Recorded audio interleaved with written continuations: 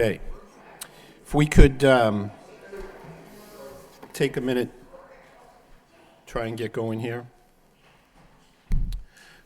Okay, this is a meeting of the Public Safety Subcommittee of the Lowell City Council. If we could have the clerk call the roll, please.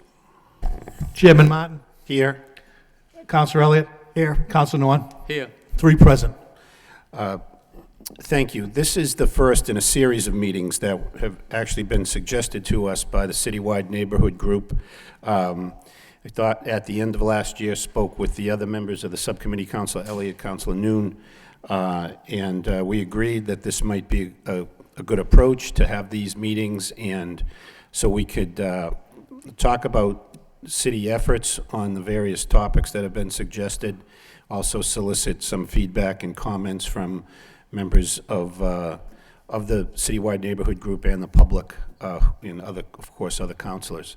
So this is the first meeting, again, at the request of the Citywide Neighborhood Group, and because we thought it was somewhat timely, we thought the first meeting should be devoted to firearm and gang activity and what the city is doing to curtail those types of things. So that's the topic for tonight. I know the police chief has some things to share with us, and I'd recognize, unless other members of the subcommittee have anything to say, I'd recognize the city manager. Thank you, Mr. Chairman. I will be very brief because the chief does have a presentation to make regarding the issues of firearms, gang in the city, gang activity, as well as drugs in the city, in response to the ideas that were generated by the neighborhood, Citywide Neighborhood Group. I think this is a great idea to do this on a regular basis, and I commend the subcommittee for moving forward with this idea, because as I look at the list of topics that we'll be looking at over the course of the next year, in these meetings, there really is quite a bit of validity to the notion that public safety is really, and it's certainly an approach that the administration takes and the city has taken for some time. Public safety is very much interrelated. There's a number of different factors that goes beyond just police or just fire. It goes to so many other different issues, and to really make the city of Lowell a safe community, you need to have that holistic and comprehensive approach. But there really is no better place to start than with the police department and the work that the police department does, their partnerships with the neighborhood organizations as well as other institutions in the city. And I think that will be, as well as outside the city, I think that will be reflected in this presentation that the chief has prepared. I would just note that the responsibilities of the police are so wide-ranging and broad, and the issues that they deal with as well. We just left a very informative, very productive meeting over at the Stocklosa School talking about school safety with the school department, and certainly that's a whole other set of issues that the police are grappling with now and law enforcement's grappling with across the country.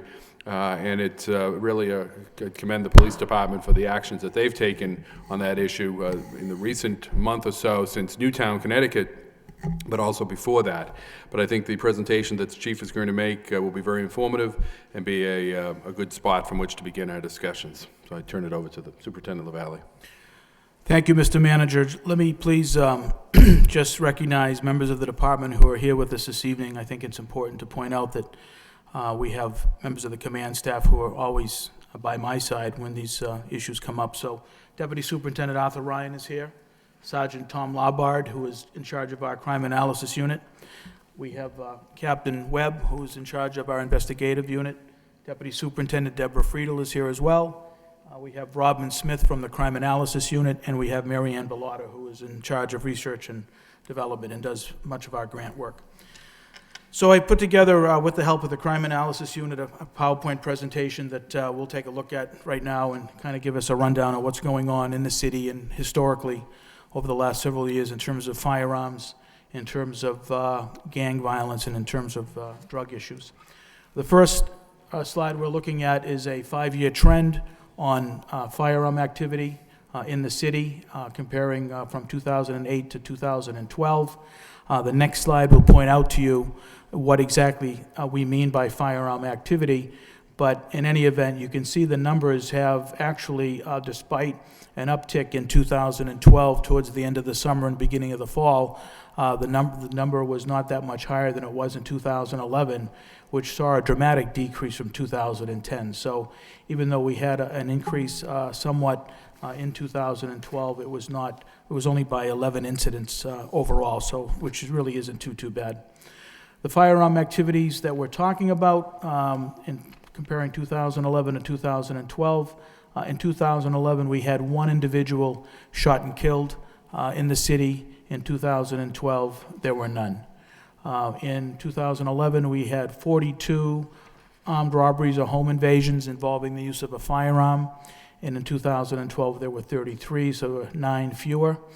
There were 31 assaults with firearms in 2011. In 2012 there were 28, 3 fewer. What we did see was a dramatic increase by 18 in the number of shots fired or discharging incidents. And basically what that means is those were incidents where people fired guns, but no one was struck. These were just random gunshots. Sometimes they were shot at home, sometimes they were shot at cars, inanimate objects, but there were no cases where people were actually shot by these discharge incidents. But of course, they are problematic and can create a great deal of fear in a neighborhood. So we did see a dramatic increase in that number by 18 from 2011 to 2012, and that basically indicates the bulk of that increase. Then there was a number of incidents involving the unlawful possession of a firearm that went up by 5, and then of course we had one carjacking incident, 2 in 2012. So we saw an increase of 11 incidents overall from 2011 to 2012, and the vast majority would be in that category. This is a very, I think, positive presentation on the number of homicides in the city, which took place from 2008 to 2012. And you can see that there were 8 in Lowell in 2008, 3 of which were gang-related, and 2 involved a firearm. In 2009, there were 5 homicides, 2 of which were gang-related and 2 involved firearms. 2010, 5 homicides, 1 gang-related, 1 firearm, and in 2011, there were 3 homicides in the city, the last one in April of 2011, and 1 involved a gun. That was the incident that took place on Howard Street on New Year's morning when a young lady was shot in that party that was taking place. And that was that one incident that involved a firearm. In 2012, although we had some incidents where people had been shot, no one was killed. No one was murdered in the city of Lowell in 2012. So it's been almost 2 years now since we've had an actual murder in the city of Lowell. We did have one incident take place in February of 2012, a stabbing incident on Felker Street as a result of an altercation at the methadone clinic. That incident ended up where a gentleman did die, but the district attorney's office ruled that to be a justifiable homicide in self-defense. Therefore, it's not classified as a murder. So we had 0 murders in 2012, which is, I think, a very positive trend to look at. And you can see that the downward trend has continued since 2008. In firearms recovered over that period of time, we did hit a high point in 2010. There were 100 firearms taken off the streets of the city of Lowell. That number was reduced dramatically in 2011 and went down again in 2012. I think the positive indicator here is that the individuals who were carrying these firearms were certainly aware of increased police scrutiny. They were probably fearful of being stopped by the police and therefore were less likely to carry the firearm. The work continued. The officers continued to monitor these situations where someone could be carrying a gun. And I think the fact that fewer guns was recovered is not an indicator of less work, but probably more work on the part of the police. And the fact that our officers were so proactive and were doing a great job of getting guns off the street, it really put a damper on the abilities of these individuals who are prone to carry an illegal firearm to do so. And therefore, that resulted in fewer murders as well. I think I think you can put both sides together and see that as the numbers of homicides dropped, the number of people carrying guns in the city dropped as well. So that's a very positive thing. In terms of gang-related incidents, you can see that the gang-related incidents were fewer in many areas in 2012 than 2011. As we talked about the homicides, there were 0 in 2012. The armed robberies and home invasions involving gangs dropped from 6 to 2. The aggravated assaults dropped from 19 to 15, but we did see the increase with gangs, specifically gangs and shots fired and discharging incidents, which we talked about earlier, and that went up from 5 to 14. And the drug offenses increased as well. And I think part of the issues that we were seeing with that uptick in gang violence that took place late summer, early fall was really, I think, an indicator that there was an increased drug activity amongst the gang members, and as a result, there was increased violence involving firearms, because as you know, oftentimes there's a vying for some type of control of the drug trade, and two rival gangs may have been basically having some type of, issues with their each dealing drugs, and they were trying to outdo the other, and were in some type of, race to deal drugs, and therefore they were using firearms to settle some of these differences. But total of weapon charges, those stayed pretty much steady. We actually increased by 12. This is the drug arrests, and I think that our department continues to be very diligent when it comes to making drug arrests in the city of Lowell. We have been very proactive over the years, not only with our drug unit, but also with our officers on the street.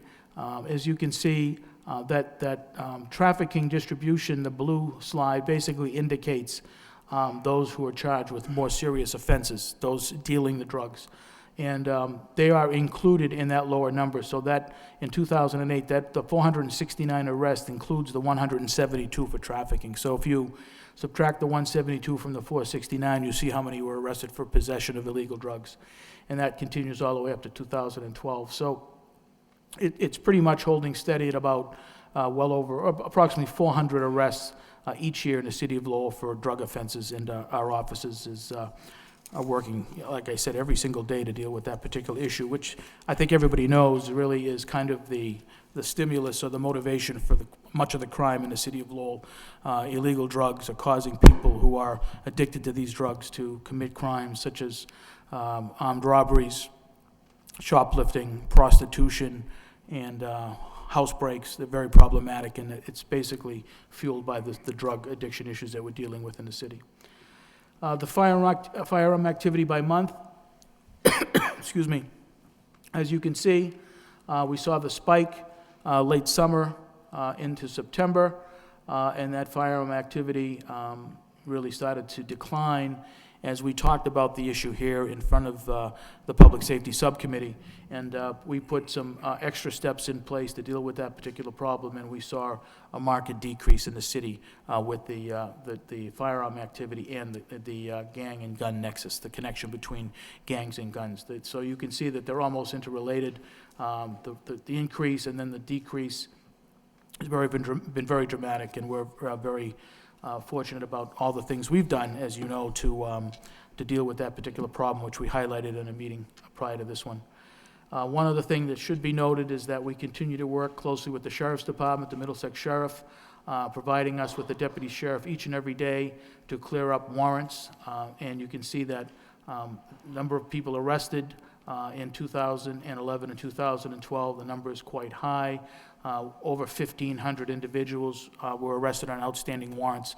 And we strategize that when you arrest someone on a warrant, we take a potential lawbreaker off the street. We take an individual who has a propensity to commit crime, and that's why they have a warrant, off the street, and they're put in court, or they could be held in custody. And that, I think, is a great crime prevention strategy and technique, and that I think has been also very helpful to us. And we talk about the Sheriff's Office as being one of our best partners, and they certainly are indeed a tremendous partner for the city of Lowell, and has been the Sheriff has been instrumental in giving us so much assistance over the last several years, including not only Sheriff Katujan, but Sheriff DePaulo as well.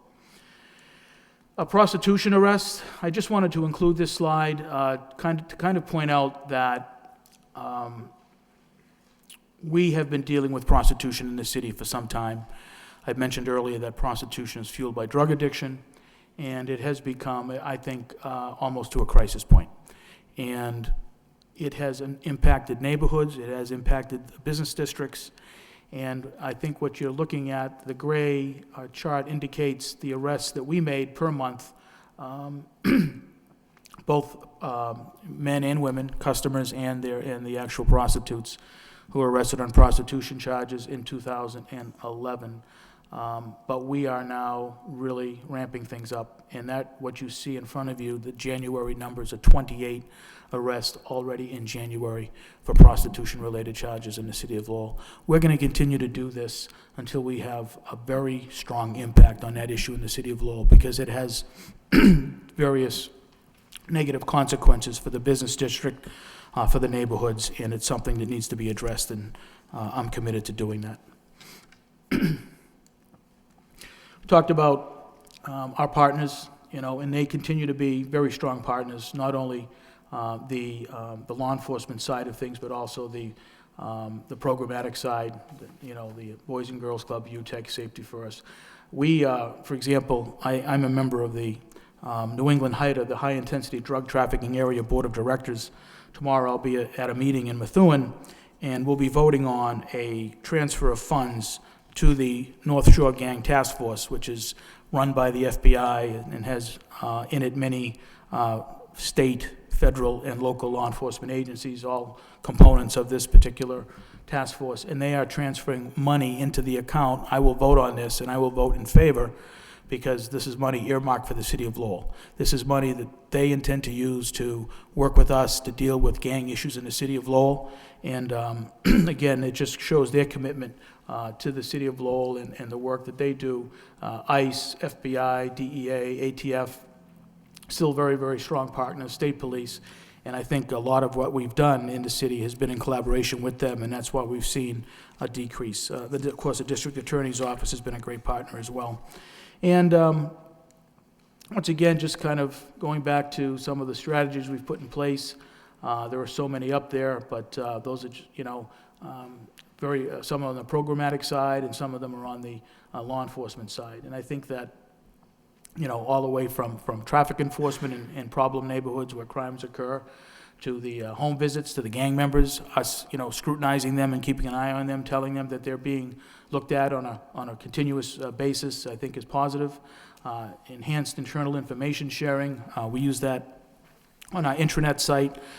We are able to, recently, in a robbery, there was an officer, one of our detectives, who was on vacation, and we had a robbery take place in the city. A photograph of a surveillance photo was taken and transmitted via our intranet site, and he received a copy of that while he was on vacation and identified who the individual was, called our detectives and said, this is who we're looking for, and in a matter of hours he was under arrest. So this is just an example of the technology that has been so positive for us in many ways. So I'm not going to read all of those, but you can see, what they mean and what they stand for, and we've been using those, and we continue to use those strategies because they have been tried and true, and we'll continue to do that.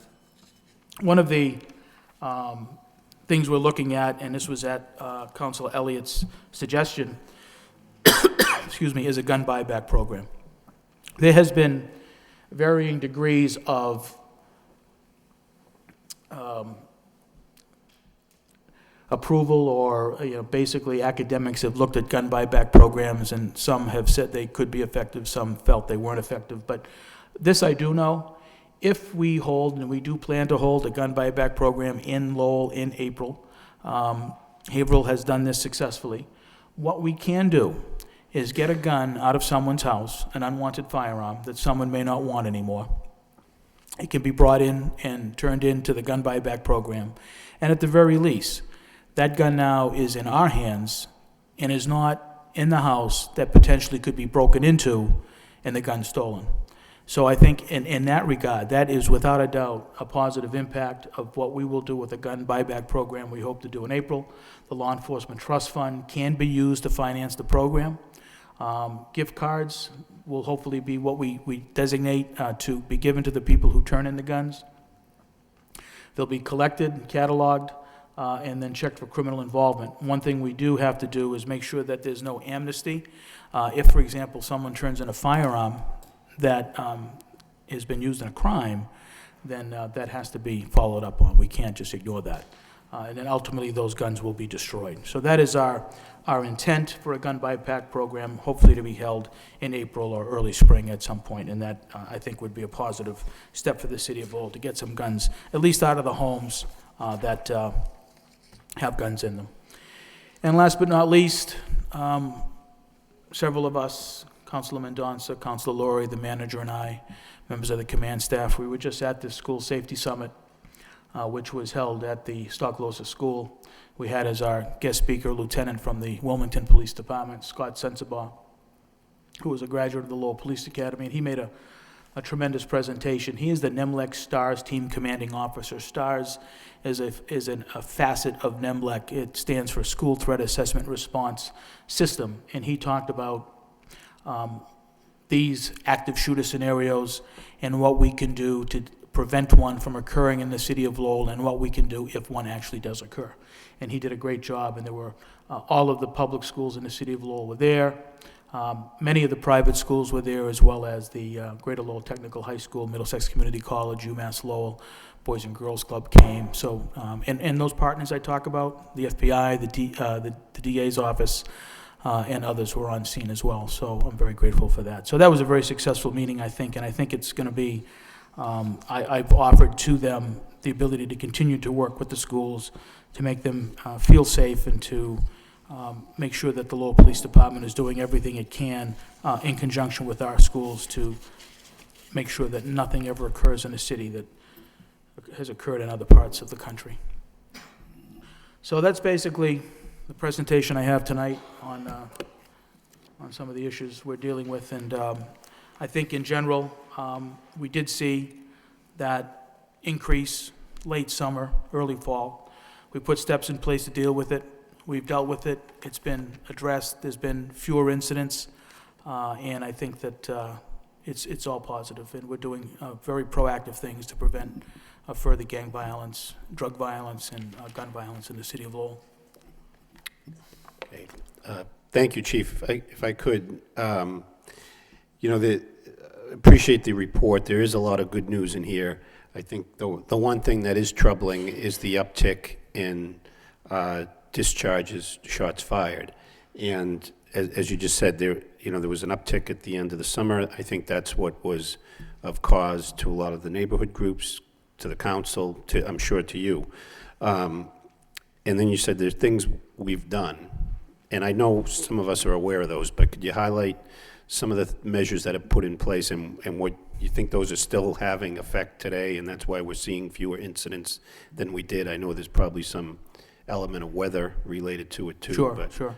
Well, the weather really hasn't been too bad, so I think that basically when we have done things and put our offices in the neighborhoods where the incidents were occurring is probably the most critical component of our strategy to deal with these crimes. Utilizing officers on motorcycles, on bicycles, on foot, and in the police cars, and stationing them in the areas where these issues have occurred, I think has been very helpful. In addition to that, the scrutiny of the gang members has been taking place. We, on a regular basis, go to those people we've identified as problems, those people that we know who have backgrounds in committing these acts, and tell them, we know who you are, we are aware of what you're doing, and we are keeping an eye on you. And we do this on a regular basis. I think that has a chilling effect on those individuals who are prone to commit these activities. There has been some individuals involved in these crimes who we've arrested. Those people are currently incarcerated. They continue to be incarcerated awaiting trial. That's a positive thing. When they're not on the street, they can't commit these crimes. There has been some people who we've been able to give us information that's been very helpful, many times citizens in the community. That issue of trust with the community is so helpful to us and has really provided us with some good information that has helped us dealing with some of these problems. So I think that that's just an example of, that we've also initiated a program called DDAX, which allows us to put our officers in neighborhoods, and they're conducting motor vehicle stops. They don't necessarily write a citation, but the visibility in the neighborhood where these crimes are occurring, seeing that police car with those blue lights on is sending a message to the individuals that, we're constantly monitoring their activity. So we've taken a number of guns off the street. We've made a number of arrests. We've put cops, officers in the neighborhoods where these incidents have occurred. We've done some investigations, again, continuing to work with our federal and state partners. We've done some great things with the sheriff's department, and it's those are some of the strategies that we use. And I would even ask that Deputy Ryan or Deputy Friedel, if they have anything else they would like to add, some of the strategies that they're aware of that I just haven't been able to think of. Please, I would love to have them come up and say a few words. I'm sure they love me putting them on the spot right now. They kind of did, but no, most of what the chief outlined. One of the things that I think was really significant is how we managed all this. We had numerous strategies. The DDAX program is through our ComStat process, which every 2 weeks we sit down with all the key players within the department, even from finance to traffic to every unit within the department, as well as other partners from the district attorney's office, the UMass Campus Police, and the National Park Service. And what we do is we look at everything that's happening over the last 2 weeks, and we don't just look at it so we know what's happening. We look at it to formulate plans going forward. So that was a key strategy. That's how we really kept everything together, because we were not just using one approach, we were using numerous approaches, and that was the management tool. I think that really was a significant piece. Is there anything else that you think? And I think that I think it's very important, and I really credit so many people in this room for holding our feet to the fire and making sure that we do our job. And it's not just the manager and the members of the council, but it's the neighborhood groups. And, I'm afraid of Anne Marie Page. So when she asks me to do something, I make sure it gets done, because she really can lay the law on the line. And that's an example of someone who really has an impact. And she's a neighborhood activist, but she plays a key role in all of the organizations in the city. I have so much respect for them, and so much, I want to please them as much as I can, and I want to keep these numbers, I want to keep the neighborhood safe. I want to keep these people happy with the police department, and that's what we attempt to do. Okay, thank you, Chief. Other comments from other members of the subcommittee? Councilor Elliott? Thank you, Mr. Chairman. Thank you, Chief, Mr. Manager, and your staff. That motion that I filed regarding a gun buyback program was prior to, the shooting, the devastating shooting in Connecticut, Newtown. And of course, since that time, there is a nationwide debate about guns and increased gun activity and access. And I have to say, I was a little shocked when, after the shooting, these gun shows across the country, or even just sales of guns across the country, have skyrocketed. They have. I don't understand that, but I understand Second Amendment rights. But in light of that, and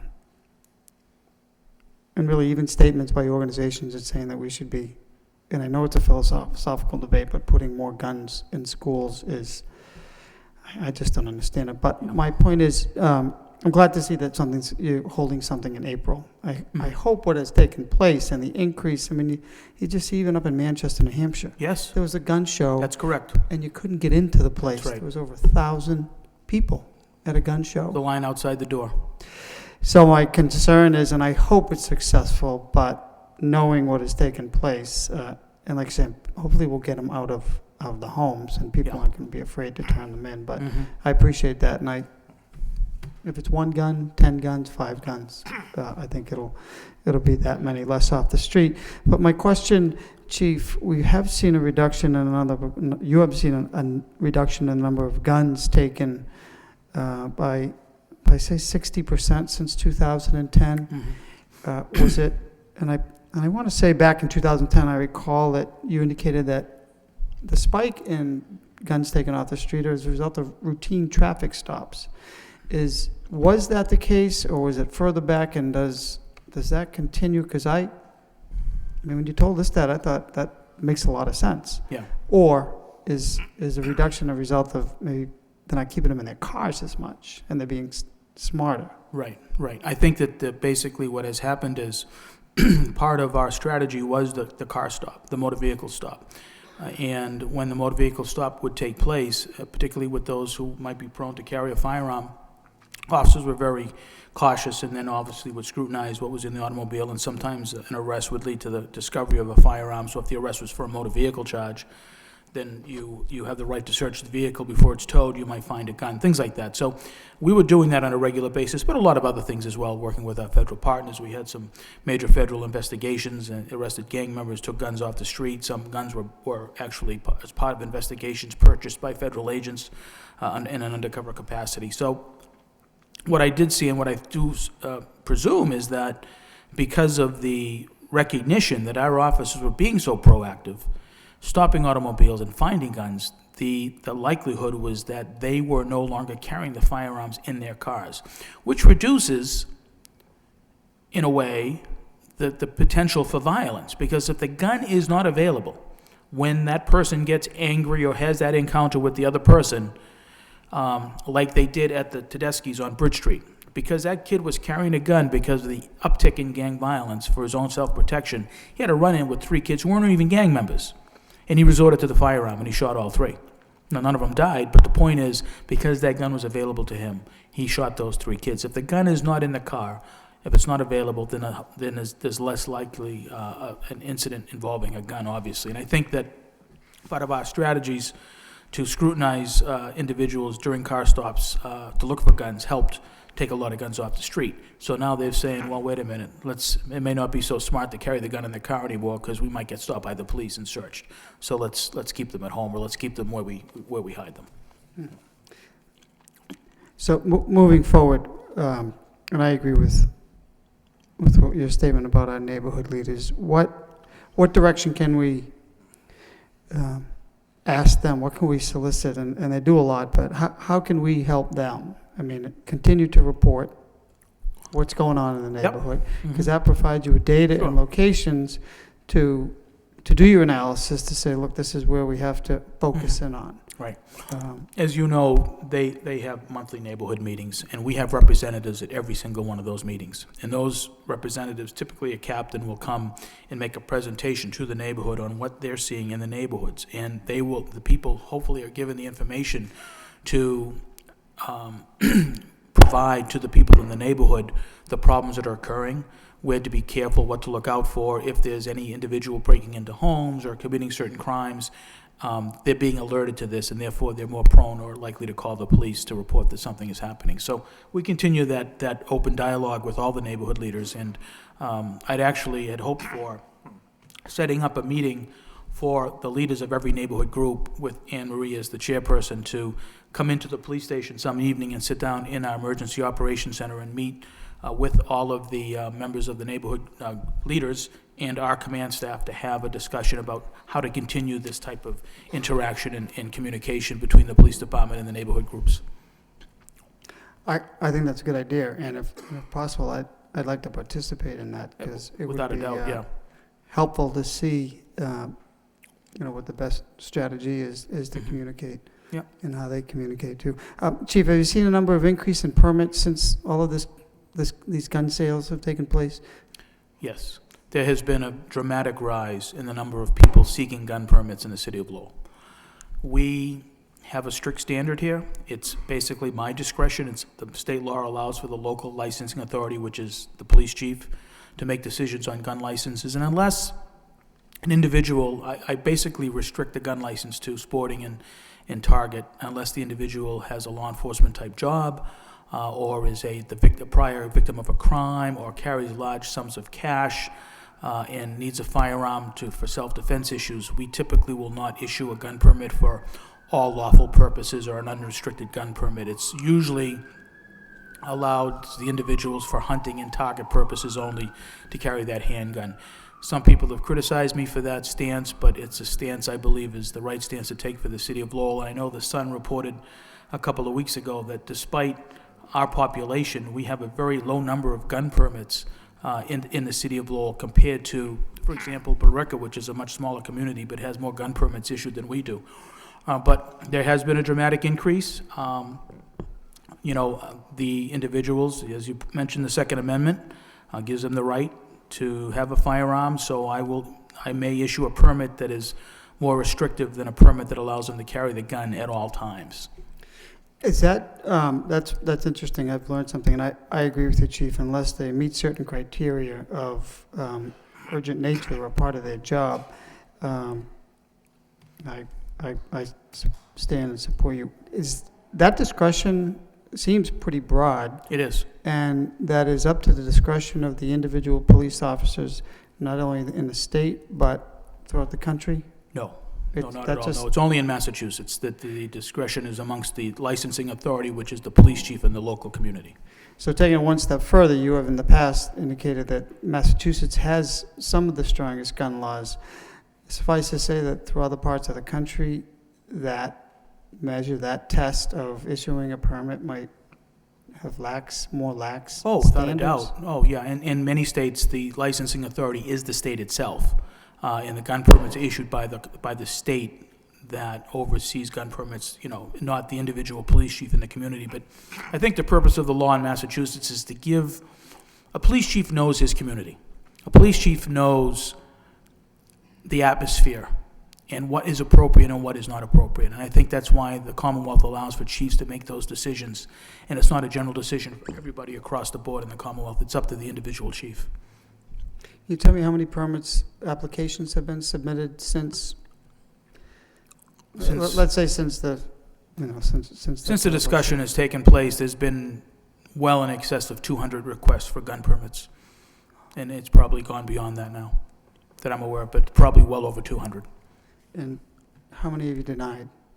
Well, they're still in process. Okay. It's not a simple thing. It actually has to go through a vetting process. It has to go through the state. They have automatic disqualifiers. Many people are automatically disqualified by state law from carrying a gun or getting a gun permit. And many individuals I find to be unsuitable.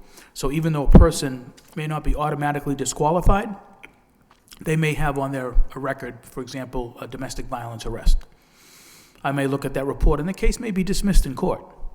But I look at the content of that report, and I see what occurred in that household just a year ago. And here's a gentleman looking for a gun permit, and I think that this individual is not suitable, should not have a gun. He has the right then to appeal this to the Lowell District Court, and many of these people do. Sometimes the judges overrule me, sometimes the judges rule in favor of me.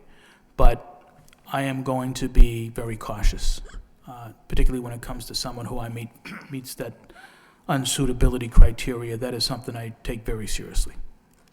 Thank you, Mr. Chairman. Thank you again, Chief. I think this is one of the most important problems we are facing as a city and certainly as a nation. And I appreciate the neighborhood leaders coming and have regular meetings specifically on this, and we'll continue to do that. But it's good to let the public know that the city is on it, and that we're not just taking one course of action. There's multiple It's approaches, multifaceted, yeah. and we're going to stay the course. So, Yeah. thank you. No, I think we've, like I said, we've seen that increase, and we've worked hard, and it's gone down. So we're having some success. Okay, thank you. Councilor Noon? Thank you, Mr. Chairman. I appreciate the chief overview on the effort in terms of fighting gang violence and gun in our city by teaming up with all these agencies, including the neighborhood group, the public as well as nonprofit. As you have seen, Chief, a number of nonprofit, particularly the program geared toward prevention, the UTACT, Big Brothers, Big Sisters, Girl Inc., and Boy and Girl Club, they suffer because of the cut, the economy's budget cut due to that. What, if anything, can we or the city or from your end through Shannon Grant done to help them so that they can continue to be an effective partner in a prevention, a proactive approach of it? Yeah, the financial part of this is always a challenge. And we've seen some organizations in the city that have been very, very successful in raising funds and being proactive in helping to stem the tide of gang violence in the city of Lowell, and you mentioned several of them. The police department will continue to seek out grants, and using our partners in that way, I think, has been very helpful. Last year, when we went to Washington, D.C. to look and meet with our funding agencies, we brought Greg Croto with us, and they were impressed by that. So we'll continue to do those things and do the best we can, and oftentimes the city of Lowell outshines many other communities when it comes to seeking grants for, and we share these monies. As you know, the Shannon grant comes in, well, it's not for the police department, exclusively. It goes to all of the agencies in the city that benefit from these monies. And one of the things we do plan to do, and I know, Councilor Leon, you were instrumental in talking about an after-school program, and we talked about putting together the program with the officers, the PAL program, the Police Athletic League.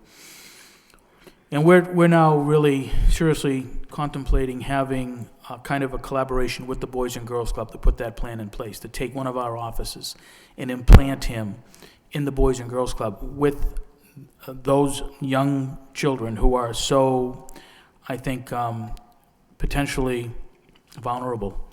And having a police officer there on a regular basis to work with them, create the PAL program, I think can be very beneficial and will help the Boys Club tremendously and will help the Lowell Police Department and the city of Lowell as well. Since the last drive-by shooting, there hasn't been any drive-by shooting in the city. In addressing those issues, you have been using the smart policing in terms of the overtime to address those issues. Yes. How is that overtime monies now? Is it all gone, or are you up for maybe Councilor Elliott motions to put up some more money for that? No, I think in terms of any overtime money or grant money, we're in pretty good shape. I don't foresee any need to ask for any more funds at this point in time, and the smart policing funds have been very helpful, and then we're looking at the burn grant, the $900,000 that we received, which we're going to be implementing, starting to spend this spring. Money we receive $100,000 a year for the next, $300,000 a year for the next 3 years that we're going to be able to expend in the city of Lowell, particularly in the Centerville neighborhood, Lower Centerville. That's a very positive thing. So that's an example of the funding we've sought and have been able to receive from the federal government that very few cities really are able to take advantage of. I want to thank you, Chief, and all your staff, as well as the community organizations and the public for partnership with you. And it's seen some result. Yeah, I think so. In terms of the fight against gang violence and gun. With regard to gun, have you seen what have you done in terms of stopping the gun trafficking coming to the city of Lowell? What effort been put together? Well, there's a couple of things that we're working on with our federal partners that I can't really specifically talk about in an open forum. Right. But those efforts are always underway. They don't always bear fruit. I mean, it's not an immediate answer to the problem, but our offices are constantly aware of and diligent about the issue of gun violence and gun possession in the city of Lowell. And whenever we, for example, we effected a search warrant last Friday morning on Lawrence Street. We had information that an individual who was a drug dealer had a gun in his house. So when we get that information, we typically will use the NEMLEC SWAT team because obviously, as you know, based on what happened in Greenland, for example, when those officers executed a search warrant on a home without a SWAT team, the consequences were, deadly for the police officer, for the chief in that community. So we were very cautious. We use a SWAT team, and we're oftentimes in situations where we get information about guns, and we'll execute a search warrant, or we'll take a gun off the street. In that particular case, that Friday morning, although the individual was arrested, no firearm was found. But it's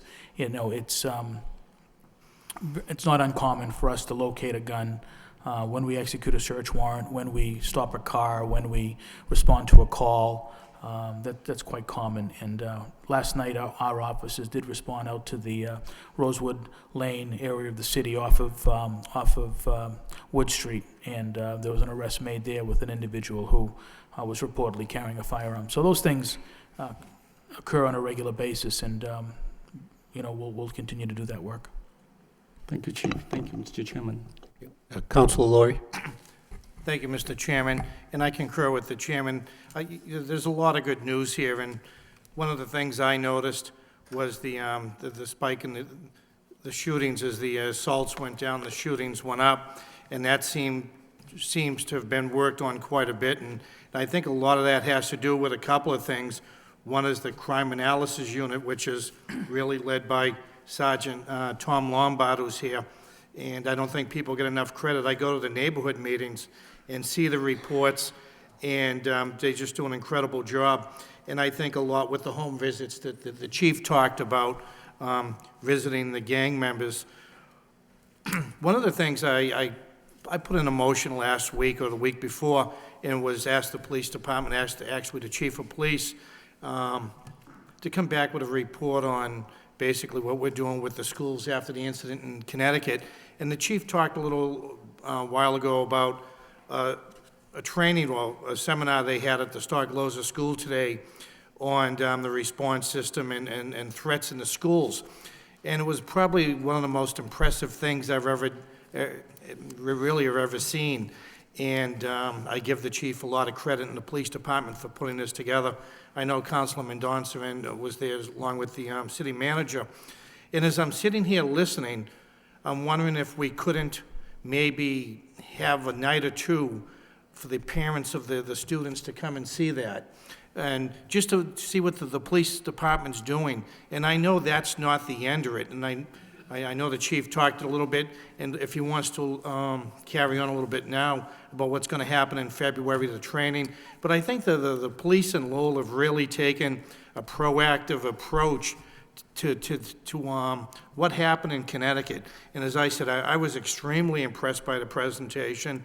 And, I'm just hoping that maybe you can never put fear, enough fears to ease, but at least you're doing everything you can. Maybe we could have a couple of nights for the parents. But if the chief wants to talk a little bit about that.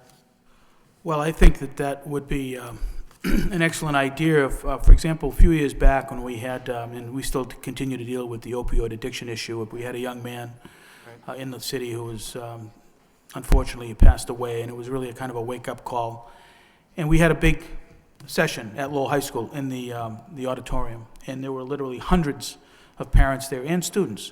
And we talked about, and the DA was there, and we talked about the drug issue, and it was very, very positive. So I would be more than happy to invite back Lieutenant Sensabaugh. And I think it was important to note what the lieutenant talked about. And he's a lieutenant in Wilmington, and he had nothing but praise for the city of Lowell. Yeah.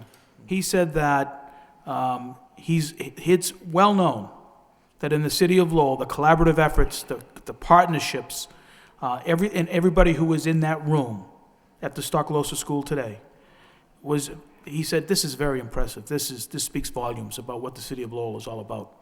And I think that he is absolutely dead on when he says that. Right on. He's no doubt about that. So I would be glad to entertain the thought of speaking with the superintendent of schools, and before the school year ends, in the spring, maybe put together something at the high school in their auditorium and invite parents and students to come and see what efforts are being done to protect the children in the city of Lowell and to keep everybody safe.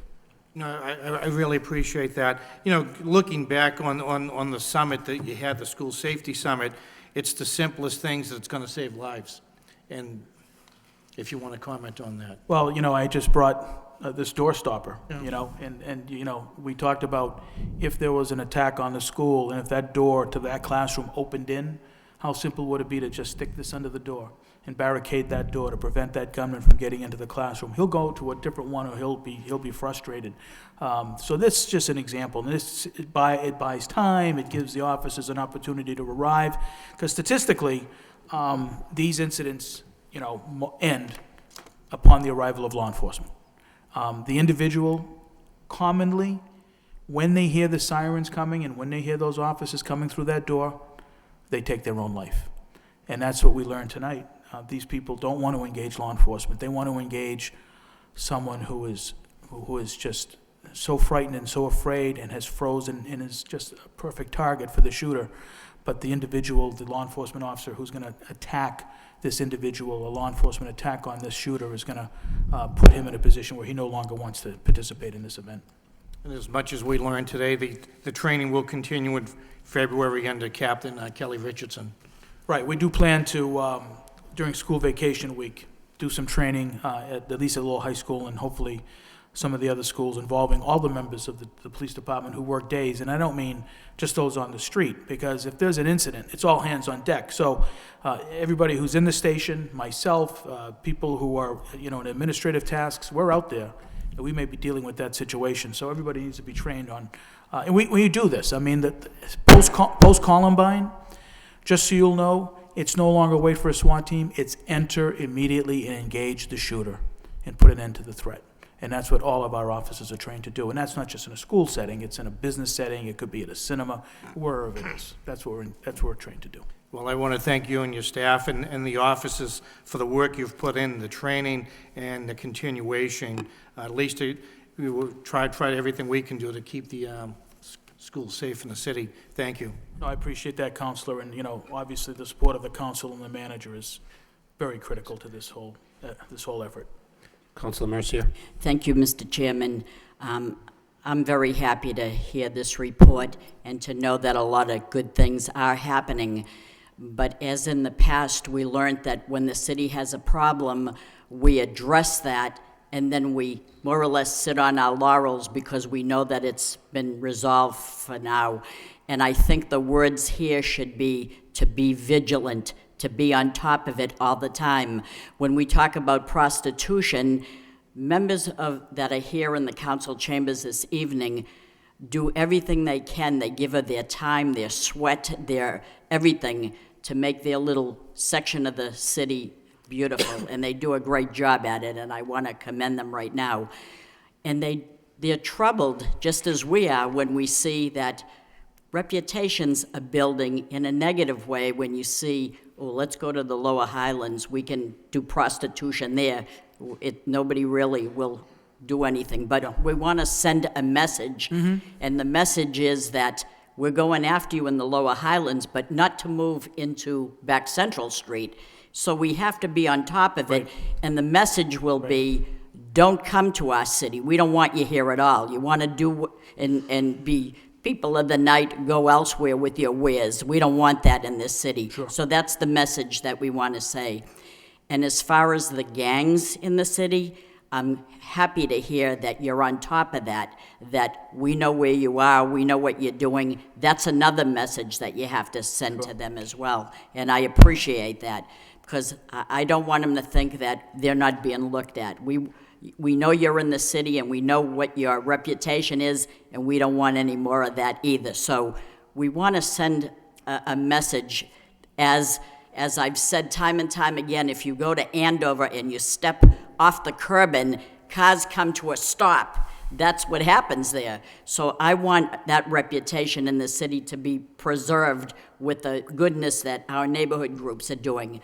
I also want to say that this was a very good school safety summit meeting this afternoon. I knew about that, but I want to know, was it ever filmed to be televised at a later time, or there was nobody there to film this? No, this was not a presentation that I think that could be publicly disseminated. This was more or less intended for school administrators in all the private and public schools in the city of Lowell, for law enforcement and public safety personnel, members of the Lowell Fire Department, the paramedics, Trinity EMS, FBI, those individuals, those first responders were there. We did have a couple of outlayers. The Boys and Girls Club attended. We had UMass Lowell there, but it was not intended for we would probably have to make a little bit of a different presentation if we were going to go public with that. But we did have a reporter from the Lowell Sun there, and she will report on the discussion that took place and the presentation that occurred. But we would have to make something. We could probably then tape the next presentation that would be more geared toward the general public for dissemination, through LTC. And these meetings and summits are wonderful, but it's not everybody that can attend them. Do you understand that? And to put it on TV for parents that are concerned about the safety of their children, but they work, so they don't know this. Right. Do you see what I'm Understand. saying? Sure. And it's so important, these meetings that are being held, but yet you want that information to filter into homes for people that can't come out. Maybe they have small children, they couldn't leave to attend this. Maybe Sure. people such as myself work and we couldn't have attended this, but I would have sat down when it was going to be televised in the evening to be watching this. Also, I want to say that the effort between the neighborhood groups, the city, and the administration, the city council, we are concerned about our city. We want our city to have a good reputation, but I'm appealing to the public at home to be the eyes and ears of the neighborhood, to help the group leaders and to help us. I can't be everywhere, neither can my colleagues, neither can the neighborhood groups. Everybody is responsible for your neighborhood, whether you're in the neighborhood group or not. If you see something, and this is very important, that you think is unusual, pick up that phone and call, and maybe you think you see something, but it's worth the effort to have someone there to look and see what's going on. So these are the comments that I want to say, and I commend the chairman in the subcommittee for holding this. This is very important. Our neighborhood groups are what makes our city so wonderful. So that's why this gentleman said, gee, I commend Lowell for the great job. I commend the neighborhood groups and everybody that comes together to make our city shine, and that's what it's all about. Thank you. Thank you. Do we have any questions or comments from members of the public? My name is Tay Dixon-Mullane. I'm the president of the Lower Highlands Neighborhood Group, and I'll be really brief because I know it's the end of the meeting. But we also, as I think I speak on behalf of all the neighborhood groups here, that we appreciate the job that the Lowell Police Department has been doing over the past few months. Just a view from the street. I moved here 10 years ago, and 2 months after I moved in, there was a shooting at the top of my street. It was gang-related. The police, it was Ed Davis at that point in time, but came in and blew the place up, as they call it, and they knocked him out, got everybody out of there, and the problem was solved. Well, it's 10 years later, and there was a shooting 100 feet from my house in September. That's a little bit closer than about 500 feet up the street 10 years ago. But so the view from the street is things are pretty much the same, and I know that statistically speaking, things are appearing better, but for most people out there in the viewing public, they're scared. And we really need to do something about this. And so we appreciate the fact that the Safety Subcommittee is going to be meeting monthly because, this is an overall issue. We are going to hold your feet to the fire. We're going to expect you to come up with motions as results of these meetings. We're going to, whether it's issues of housing or police department budget, needing more money, more officers, trash pickup, all of these things. And we are going to expect you to make some changes because, quite frankly, if we don't have a safe community, no one's going to want to live here. You're not going to have a tax base, and our city is not going to be as positive in the future as we hope it will be. So just a small view from the street, but I wanted you to be aware that, there are a lot of people that I hear from that may not come here to a city council meeting because they don't want to speak publicly, because they fear a lot of things, one of which is retribution for speaking out, but that people are worried, and we want to have results, and so we appreciate you doing this, and we'll be here for the next 12 months. I'm sure you'll see all of us again. Thank you. Okay, thank you. Anybody else?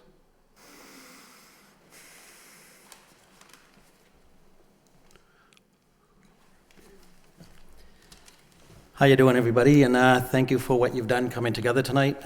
Just one thing I've noticed as I drive around the city a lot for the job I do is I've been noticing around the schools, let's say even the Lincoln School, that there's a lot of uptick in graffiti going on right at the school grounds and right in the vicinity. I don't know, is there a special rule, just like Gund or something like that around the school ground that there should be no graffiti or something? Because it's like they're trying to recruit the kids, letting them know that this is their school ground, not the cities and not the children's school grounds. So I know we have George the graffiti eraser, but I've just really been noticing a really influx in graffiti right at the school grounds lately. just bringing it up for a comment. Well, the issue of graffiti is one that, it's not really allowed anywhere in the city. And if it seems that it's picking up in the school areas, and you can't prohibit, it isn't, you can have a graffiti-free zone around schools, and it's a graffiti-free, really, citywide. And this is where we count on, obviously, people bringing it to our attention, and we send out the DPW to eliminate it. And I know in your position, we depend very heavily upon the inspectional services people when they see it to call it in. So that, that's why it's important that the inspectional services people, development services people, be out on the street, and whether it's a code violation in a building that's visible from the street, or it's a graffiti. Really, anything of any, any problem that they see out there, a public works problem, a pothole, or, whatever the case may be, but certainly graffiti, call it in, and we'll get out there as quickly as we can. I was just thinking the safety of And the we're kids. pretty quick, as you know, we're pretty quick about getting out there and dealing with that. Yes, this city does a great job on that, and I just bring it up so that way, maybe if we could talk to the gang leaders or whatever, and ask them to, they're not supposed to do it to begin with, but definitely it'll really be a repercussion if they do it close to a school zone that does not belong there at all, for the safety of our children.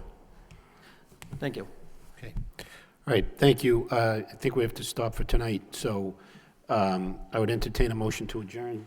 So moved by Councilor Elliott, second by Councilor Noon. We'll stand adjourned, and we'll reconvene the second Tuesday in February.